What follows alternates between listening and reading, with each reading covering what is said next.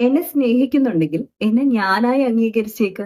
ഈ വാചകം വളരെ മനോഹരമായിട്ടും റൊമാൻറ്റിക് ആയിട്ടും തോന്നും. പക്ഷേ അത് ഏറ്റവും വലിയ പൊള്ളത്തരം തന്നെയാണ് എന്നുള്ളത് മനസ്സിലാക്കാൻ കഴിയണം.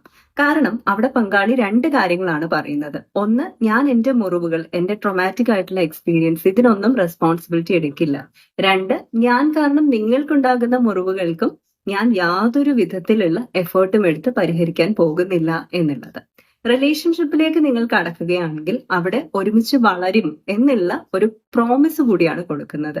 നിങ്ങൾ നിലവിൽ എന്താണ് എന്നുള്ളതല്ല, നിങ്ങളുടെ പങ്കാളിയെ കൂടി പരിഗണിച്ചുകൊണ്ട് ആ ബന്ധത്തിൽ ഏറ്റവും മനോഹരമായത് എന്താണോ അത് ഒരുമിച്ച് നടപ്പിലാക്കിയെടുക്കാൻ ശ്രമിക്കുന്ന, അത്രമേൽ പരിശ്രമിക്കേണ്ട, അത്രമേൽ സ്നേഹം പങ്കുവെക്കേണ്ട രണ്ട് വ്യക്തികൾക്കിടയിലുള്ള ഒരു ബോണ്ടാണത്.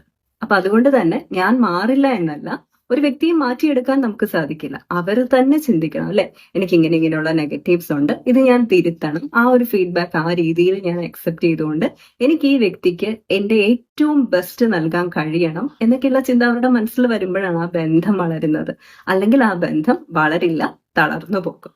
അപ്പൊ ബന്ധത്തെ വളർത്തണമെന്നുണ്ടെങ്കിൽ എന്നെ ഞാനായി അങ്ങനെ അംഗീകരിക്കുന്ന, അങ്ങനെയല്ല, നിങ്ങളുടെ ട്രോമാറ്റിക് എക്സ്പീരിയൻസും നെഗറ്റീവ്സും ഒക്കെ നിങ്ങളുടേത് തന്നെയാണ്.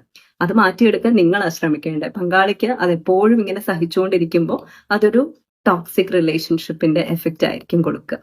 അപ്പോ ബന്ധം വളരണോ തളരണോ എന്ന് നിങ്ങൾ തന്നെ ഡിസൈഡ് ചെയ്യുക. You deserve a positive life. Let's transpire to inspire.